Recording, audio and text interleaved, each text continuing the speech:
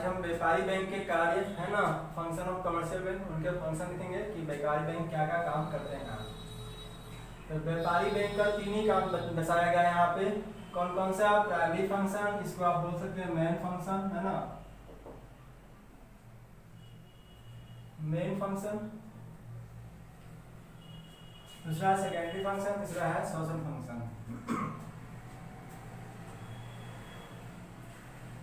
तो primary function में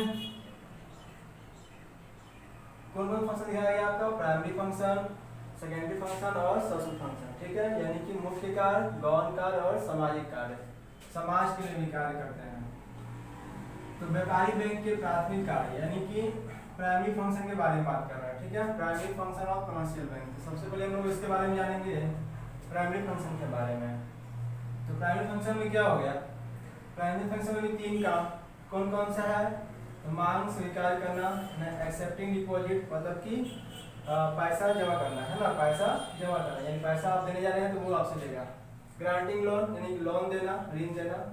इससे क्या हो गया? साख निर्माण करना, यानी क्रेडिट क्रिएशन करना। तो प्राथमिक कार्य के भी तीन कार्य दिया है, एक्सेप्टिंग डिपॉजिट, ग्रांटिंग लोन और क्रेडिट क्रिएशन। इन तीनों में से पहला कौन देखेंगे हम लोग?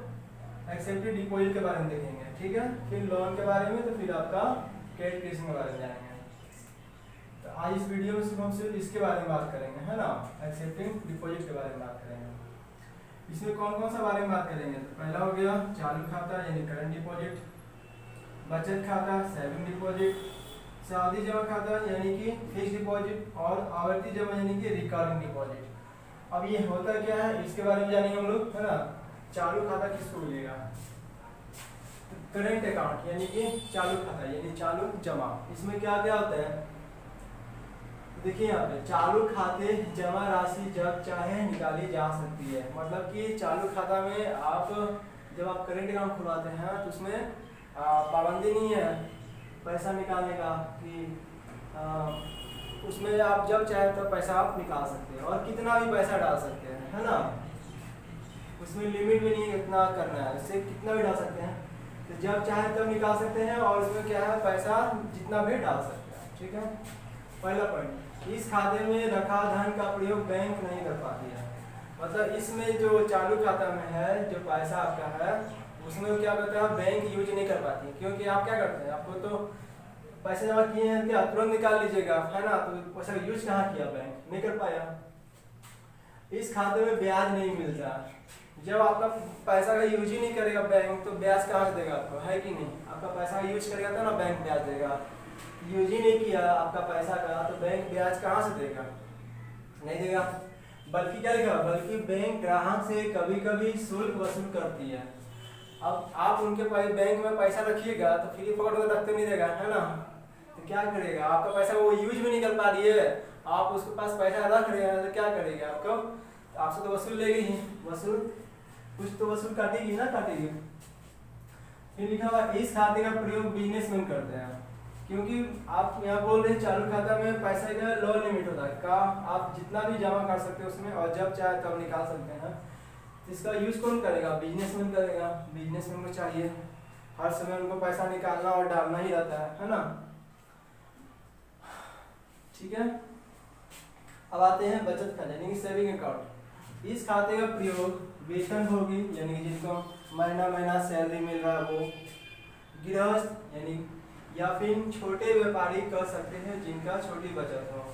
छोटे मोटे व्यापारी है ना, उनकी वो लोग भी क्या करते हैं, बचत खाता खोलते हैं। जो छोटे मोटे व्यापारी हैं या फिर गृहस्थ के लोग हैं, घर वाले। इस खाते में ब्याज मिलता है। इसमें क्या मिलेगा, इसमें आपको इंटरेस्ट मिलेगा, लेकिन इसमें आपको इंटरेस्ट नहीं मिलेगा। बल्कि आपसे क्या होता है, बैंक ही उल्टा काट लेती है। क्यों काटती है, क्योंकि आपका पैसा वो यूज नहीं कर पाती है ना। इसमें क्या होगा, इसमें आपको इंटरेस्ट मिलेगा, ठीक है। लेकिन क्या मिलेगा, लेकिन क्या मिलता है, लेकिन कम दर पे मिलता है। इंटरेस्ट रेट क्या होता है, कम होती है। बचत खाते में लोग पैसा निकालते हैं, लेकिन इसमें क्या होता है, इसमें बहुत कम, मतलब कि अभी डालें अभी तुरंत नहीं निकालेंगे, अभी तुरंत डाले अभी डालवे किए तुरंत जाके घंटा में निकाल लेंगे। ऐसा होता है बचत खाता में, क्या कोई करता है, नहीं करता है।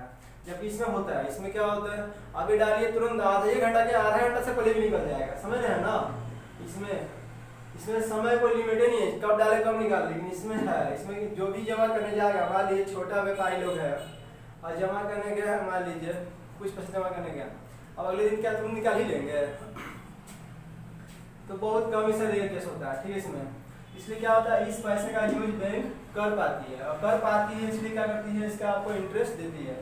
ध्यान रखिएगा, अगर बैंक के पैसे का यूज करेंगे तो आपको इंटरेस्ट मिलेगा, नहीं कर पाएंगे तो इंटरेस्ट नहीं मिलेगा, बल्कि अगर आप पैसा उनके पास रखे हैं तो उल्टा आपसे वसूल काटेगी, है ना, शुल्क काटेगी। इस खाते में से पैसा निकालने के लिए बैंक चेक का भी प्रदान करती है, मतलब इस बचत खाता में, सेविंग अकाउंट में अगर पैसा निकालना है आपको तो आपको चेक भी बैंक देती है, इसमें भी आपको चेक मिलेगा, इसमें भी आपको चेक मिलेगा, है ना।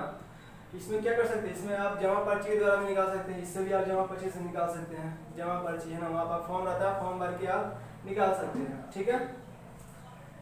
या फिर अभी तो देखिए हैं क्या क्या आ गया, सारा बहुत सारा, है ना। एटीएम कार्ड से भी आप निकाल सकते हैं, ठीक है, ऑनलाइन ट्रांजेक्शन भी कर सकते हैं, तो सारा काम कर सकते हैं आप। ठीक है, इस खाते में से पैसा निकालने के लिए बैंक क्या करती है, चेक भी प्रदान करती है, ठीक है। अब आते हैं सावधि जमा में, यानी कि फिक्स्ड डिपॉजिट। ये क्या होता है, एक बार जमा कर दिए, उसके बाद जब समय पूरा तब निकाल लिए, वही हो गया फिक्स्ड डिपॉजिट, है कि नहीं। एक बार जमा कर दिए, उसके बाद जितना भी समय के लिए आप डाले हैं उतना समय पूरने के बाद निकाल लीजिएगा। तो इसमें एक निश्चित अवधि, यानी कि क्या लिखा हुआ है, निश्चित अवधि मतलब निश्चित समय, है ना, फिक्स टाइम एक है, 40 दिन से लेकर के 3 वर्ष या उससे अधिक, 40 दिन से लेकर 3 वर्ष या उससे अधिक।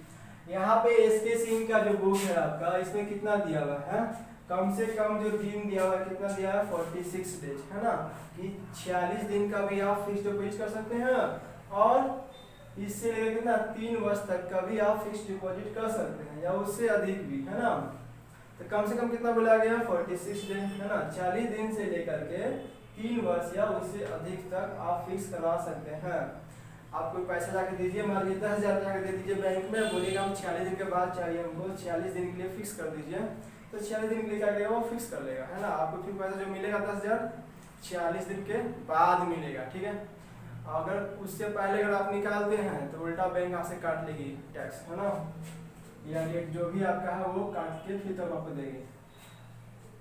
46 दिन का फिक्स करवाए हैं, अगर मान लीजिए 30 दिन में ही निकाल लेते हैं तो बैंक इंटरेस्ट तो देगी नहीं, क्यों देगी, क्योंकि वो पैसा को वो कहीं ना कहीं इन्वेस्ट कर चुकी होगी, ठीक है। अब आप उससे अचानक मांग रहे हैं कि हमको पहले ही दीजिए भाई, समय पूरे से पहले ही दीजिए, तो क्या होगा, वो उल्टा आपसे टैक्स काट लेगी, समझ रहे हैं ना। इसलिए जब भी फिक्स करवाइए तो समय पूरा होने के बाद ही निकालने की कोशिश कीजिए। होता है रेयर केस में कभी कभी क्या जरूरत पड़ जाता है, तो उस समय क्या होगा, आप 10,000 करवाए हैं तो 10,000 आपको नहीं मिलेगा, ठीक है।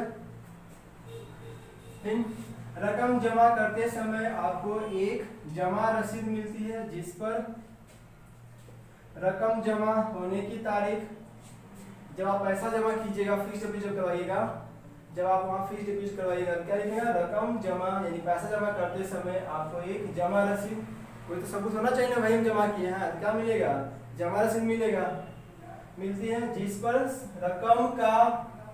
रकम जमा होने की तारीख, यानी कि आप पैसा कब लगाए हैं वो डेट, रकम निकालने की तारीख, कब आपको पैसा मिलेगा वो वाला डेट, तथा रकम कितना पैसा मिलेगा, रकम निकालने की तारीख है, जब आपका समय पूर जाएगा, समय पूरने के बाद कितना रकम मिलेगा वो वाला अमाउंट, और ब्याज कितना ब्याज, है ना, की दर लिखी होती है, ठीक है। मतलब कहने मतलब है ये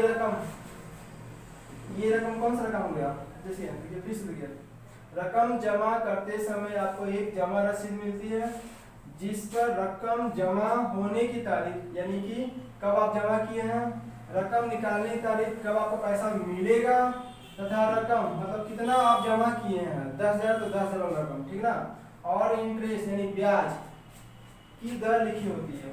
ये रकम और ब्याज दोनों मिला करके लास्ट का समय में आपको मिलेगा पैसा, ठीक है। यह जमा रसीद अपरिवर्तनीय यानी कि नॉन ट्रांसफरेबल होती है, अर्थात इस पर लिखा रकम सिर्फ जमा करने वाले को ही मिलता है, यानी कि जिसके नाम से ये अकाउंट खुला है ना, उन्हीं को पैसा मिलेगा, अदरवाइज किसी और को पैसा नहीं मिलेगा। ठीक है, इसमें आते हैं आवर्ती जमा में, यानी कि रिकरिंग डिपॉजिट्स को बोलेंगे। क्या बोलेंगे? Recurring deposits. इसमें क्या होता है, इसमें भी आपको कोई समय दिया जाता है ना, जैसे 3 साल 2 साल तक बोलेगा हमको 2 साल तक जमा करना है, लेकिन हम एक बार जमा नहीं करेंगे भाई। क्या करेंगे? हम एक बार जमा हम नहीं करेंगे। 2 साल तक हम जमा करेंगे, लेकिन एक बार जमा नहीं करेंगे, हम महीने महीने जमा करेंगे। ठीक है, या फिर कोई 3-3 महीना में जमा करेगा, इस टाइप से। इसमें जमा करता है कि निश्चित राशि प्रति माह जमा करता है। यहाँ पे जो माह में लिखा है, यानी कि हर एक महीना जमा करने के लिए बोलता है ना। इसमें जमा करता है, यानी जिसके नाम से अकाउंट खुला है वो क्या करेगा? हर एक महीना जमा करेगा, कुछ रकम जो है जमा करेगा हर एक महीना। ठीक है, इसमें जमा करता है एक निश्चित राशि। एक निश्चित राशि यानी कि राशि के अमाउंट क्या सेम है। ऐसा नहीं कि आज 1000 जमा किया, कल अगले महीने 2000, फिर 3000, ऐसा नहीं, फिर 500, ऐसा नहीं। अगर 2000 ही महीना जमा कर रहे हैं तो अगले महीना भी 2000, फिर अगले महीना भी 2000, है ना। तो क्या लिखा हुआ? एक निश्चित राशि प्रति माह, यानी कि हर एक महीना जमा करता है। इस खाते में ब्याज की दर क्या होती है? ऊंची होती है, सबसे हाई रेट भैया इसी में मिलता है, रिकरिंग डिपॉजिट में, है ना। निश्चित अवधि समाप्त होने पर, यानी कि जो भी आप टाइम लिए हैं, मान लीजिए बोले होंगे हम 3 साल तक भरेंगे, तो 3 साल पूरा होने के बाद ब्याज सहित सभी रकम जमाकर्ता को मिल जाती है। यानी कि सभी राशि क्या मिलेगा? ब्याज सहित जो रकम तो आप जमा किए हैं, 2-2 हजार रुपया जो जमा किए हैं 3 साल तक, वो वाला अमाउंट जोड़ करके और उस पर पूरा इंटरेस्ट लगा, सो दोनों मिला के आपको लास्ट में दे दिया जाएगा। ठीक है।